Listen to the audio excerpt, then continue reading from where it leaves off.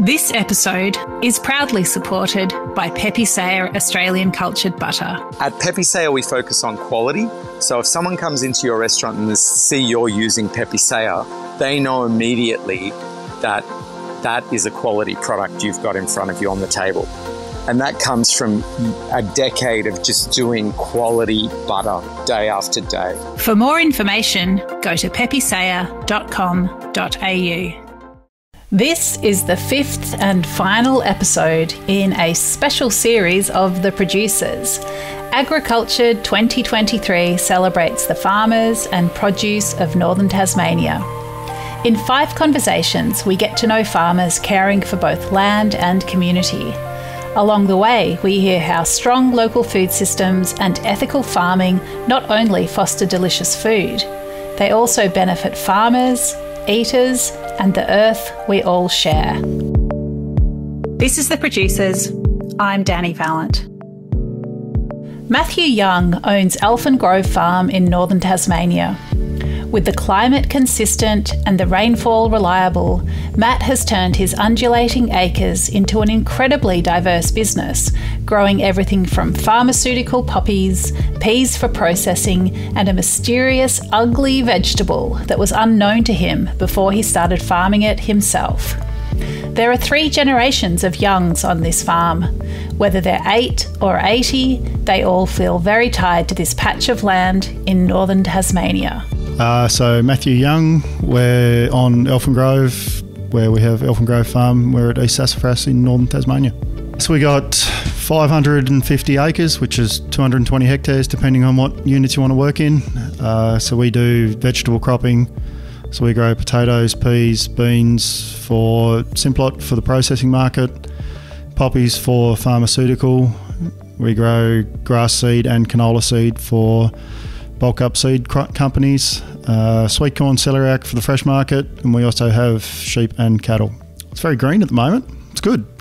I actually managed to get a couple of weeks away and came back and was pleasantly surprised at how much growth we've had and everything. It's always, this time of year, everything's down to a pasture or a fodder crop of some description. So yeah, it's all very green and looking very lush and nice. We're not on flat country. We've got a couple of fairly level paddocks, but overall it's fairly undulating and rolly, which can make things a little bit interesting, but yeah, we know how to manage it now, so you farm to what you've got. Matt arrived in northern Tasmania after his parents made a speedy decision to up sticks and farm in what they saw as the land of greater opportunity.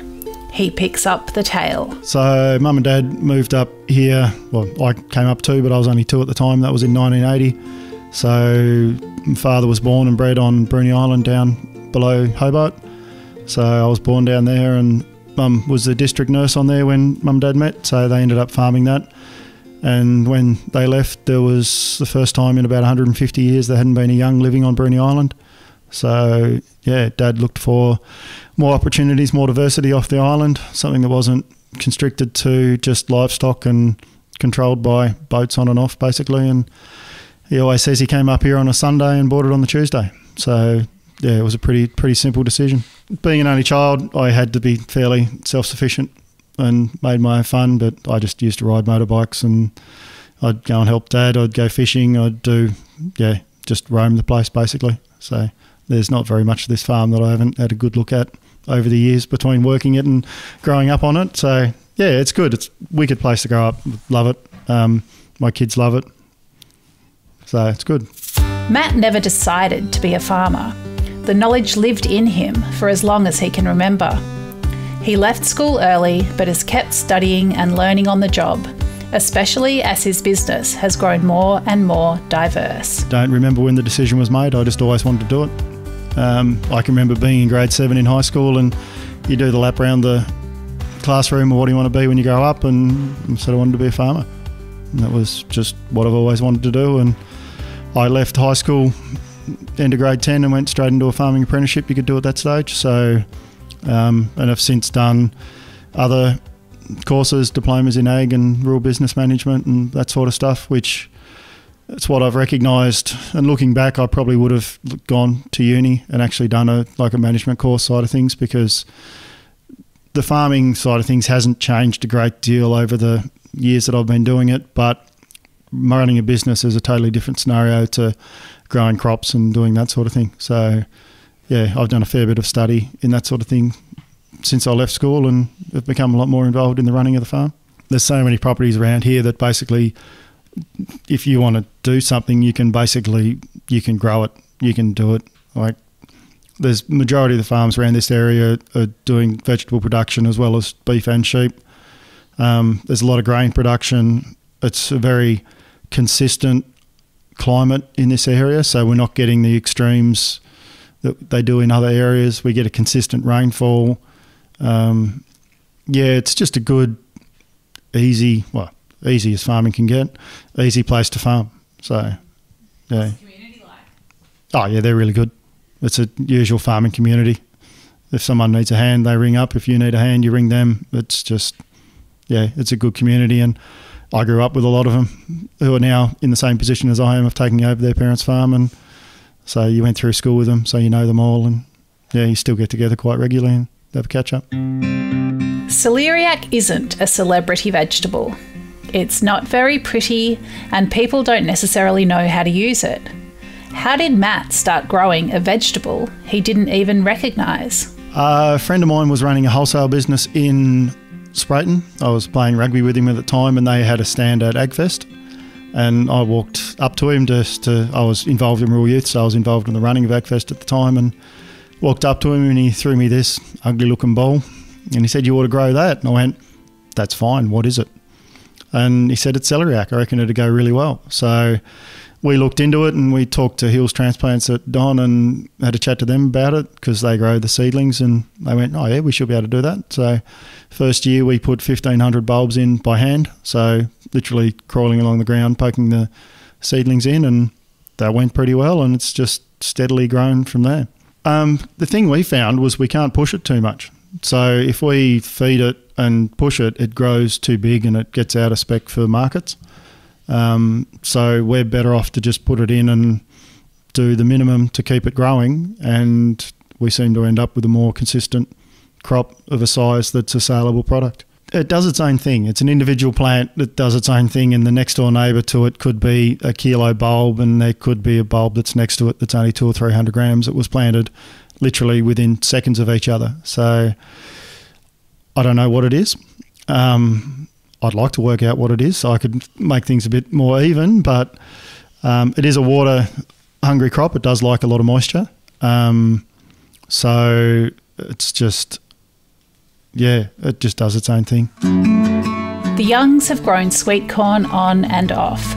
Matt explains the ups, downs, strategies and pressure points of farming corn on the cob. Well, we actually grew sweet corn years ago commercially. McCain's used to grow it within Tassie for their processing market. So my father was very involved in the TFGA sweet corn growers group, I suppose was the best way to put it. And then they took markets away, as they do, competing on a global standard, and took it all to grow in New Zealand. So we stopped for a while, and we were in at a greengrocer's delivering some celeriac, and they were complaining about the quality of the sweet corn they had in, and Dad made a comment to them, "Oh, well, we used to grow that." And they said, "Well, you should grow it again." So we gave it a try. Didn't really work out, just didn't have the time to put into it properly. So we backed it off for a couple of years and then came back in and with a different strategy, and it's just grown massively since then. The biggest thing is trying to get a consistent harvest. So we plant every sort of week to 10 days once we start planting. So that way we should technically get a week to 10 days of harvest out of each planting as we go through. Grub control is another thing we have a bit of issue with. You get a Heliothis grub and a corn earworm that goes into it. So they just damage the cob, which makes it basically a second. But yeah, it's more managing the growth rates and trying to get a consistent harvest, because there's nothing worse than starting supplying something and then not being able to have a consistent supply through. You've got to try and get once we start, we're all the way through, and so far we're getting it pretty well worked out. We've had a couple of variety changes over the years. One variety that we had everything down pretty well on, they decided to stop supplying the seed. So we then had to go try and find other varieties. So I've talked to a lot of people on the mainland who actually specialise in corn seed, and the variety we've got at the moment that we had all in last year seems to be like it's going to work pretty well. But it's interesting because we hand harvest everything, because it's actually one of the most efficient ways we can find of getting a consistent, good corn cob, basically, because you can go through the machines, but the machine harvests everything. So you can't then get a second pick, and you've got to do a lot more grading, where we basically grade while we're picking. But the different varieties pick differently. The variety we've got at the moment, I can usually pick with two hands. So you're just walking down, picking 2 rows, pulling the cobs off. We use apple picking bags, so we pick into there and then tip them into a bin.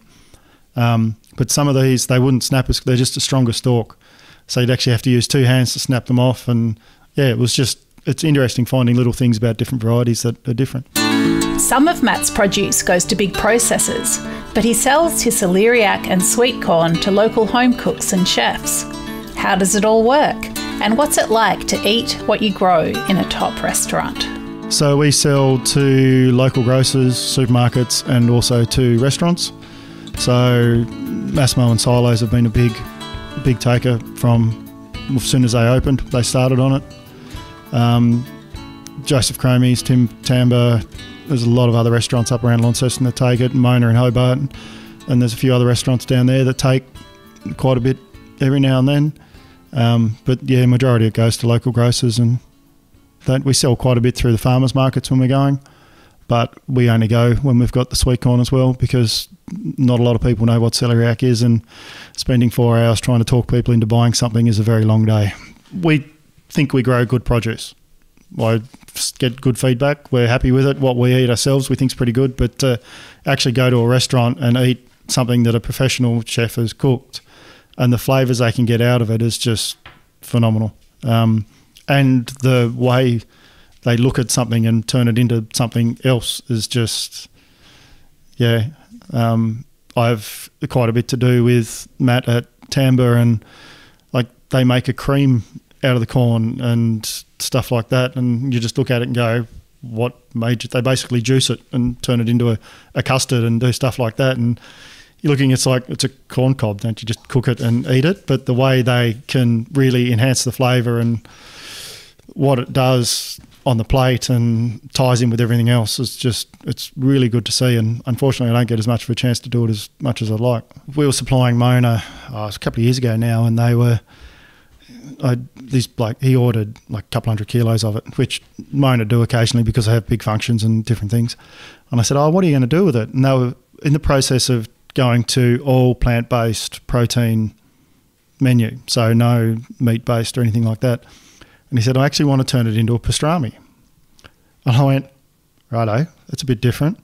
So yeah, they were literally going to slow roast it, coat it, smoke it, and then shave it to put in sandwiches they were doing. So I don't know how it worked, but it was one of those things going, what makes you think of you turning a celeriac into an actual pastrami? To be able to sell a local product to a local restaurant and have people we know go and eat it and get feedback directly, it's good as a grower who's like, we've always grown up, I grew up selling, processing. So peas go in a bulk truck, they're gone. It's a frozen product. You get apart from the payment you get with the grading on it, you don't actually get feedback of the produce.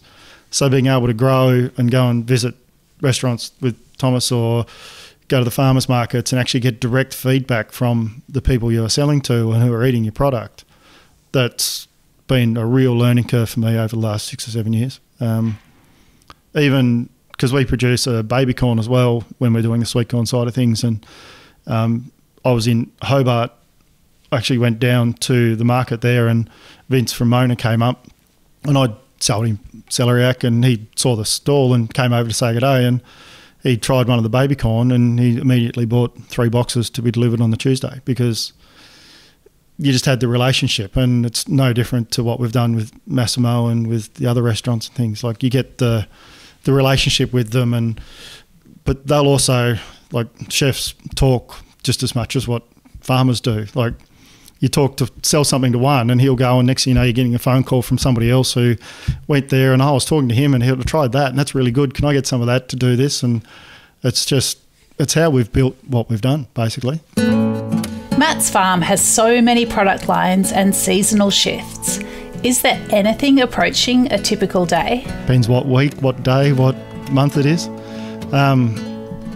We've been lambing for the last month and a half, so the first thing was you're out at daylight to check sheep, and then just basically fencing maintenance work in between to be then checking sheep again in the afternoon, and then feeding cattle and that sort of thing. Coming up we'll start getting ground ready in the next month, so we'll be spraying paddocks off, we'll be getting ploughing, and then you're into irrigation and crop growth season, and throw a bit of sheep work and cattle work in between when they're ready to go. So, but we'll be looking at marking lamb soon, so that'll be another few busy days, but honestly I enjoy it all. It depends on the day. Like yesterday I was working cattle and that was really good until the wind got up, and then they got stroppy and I got a little bit stroppy as well because neither of us wanted to be out in it. So it can go from being a really enjoyable job to a not enjoyable job doing the same thing just within an hour just because something changes or something happens. So I don't really go out going, oh yeah, I've got a really good day, this is going to happen, because I've been caught before where you go out and go, oh, it's going to be a great day, this is going to happen, and you walk out the door and something goes wrong and the whole day goes to ruin. But you have other days where you go out and then something goes right and your whole day goes, oh, right, that was just a really good day, that went really quickly, that was awesome.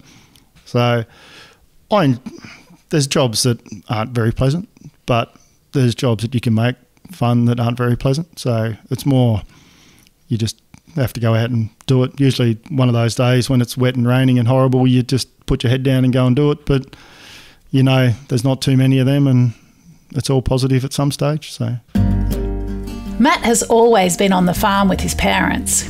Now his son seems to be turning into a farmer too. What kind of future is Matt building for his family, his community, and northern Tasmania? Dad's at the process of retiring. He's in his early 80s, so, well, I say retiring. He's backing off. He's never going to retire. I'll retire. Old farmers don't retire. They just slow down. So he's, backing off, and I'm taking on more of the running side of things and the management side. He's still a very integral part of the business, and Mum does all the bookwork. So, they're both very heavily involved, and I've got a daughter who's coming through who loves living on the farm but doesn't have any interest in running it, but a son who's coming through who's pretty keen and keeps getting people ask him if he's going to be a farmer, and he says that he already is. So, if it ends up that his attitude stays that way and he wants to run the farm, then the farm's here for him. If it all turns around, then we'll see where we go from there. We'll make that decision when it happens. The more local stuff we can grow and sell, the better it is, not just for everyone within Tassie, but also the farmers within Tassie, because if we're not trying to send things across that strip of water, then the costs aren't as much. We can be cheaper for everybody. So, but red tape's probably the thing that worries you the most. We used to grow under a Fresh Care Limited label, so a quality assurance program, and we have ended up dropping that. We haven't changed how we farm or what we do and the records we keep. We just don't get the accreditation anymore because they were treating us like a corporate farm, not like a family farm.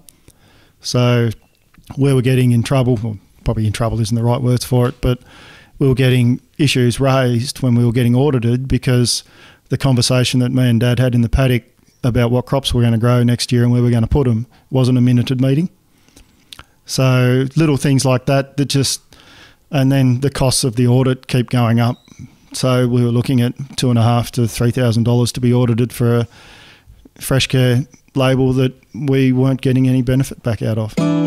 If Matt steps back from day-to-day tasks and an ever-shifting list of things to do, what is it that he really loves about what he does? Being my own boss is the best thing. Some days you miss things because there's jobs to do and you've got to do it, but other days are quieter and you can go. So, it just depends on the year, but the flexibility and I don't do crowds that well because I live on a farm by myself most of the day. So, I'm not looking forward to ever sitting in an office or doing anything like that. Just the freedom to do what you want when you need to was the best part. We try and grow the best product that we can. There's no farmers out there that don't really, because honestly, the better the product, the more money you're going to get for it. And as much as farming's a lifestyle, it's also a business. If we're not making money, we're not going to be able to keep going. But getting the positive feedback for the product that we're selling and saying how flavourful it is and all the other feedback you can get, it just makes you go, right, well, yes, we are what we are doing. I thought I was doing it right, but yes, I am. It's actually going well, and yeah, what we're producing is a good product and people are happy with it. So that's nearly as fulfilling as the payment that comes with it, to be honest. When Matthew Young was growing up, most of his family's produce went away for processing with big companies and was never seen again, or even eaten in Tasmania. Now he's added products with shorter supply chains and local buyers to the mix. It's part of a sustainable farming business, but it's also enriching as a grower. Matt Young is farming delicious food for northern Tasmania today, and he has more than half an eye on a bright future with strong local food systems at its heart.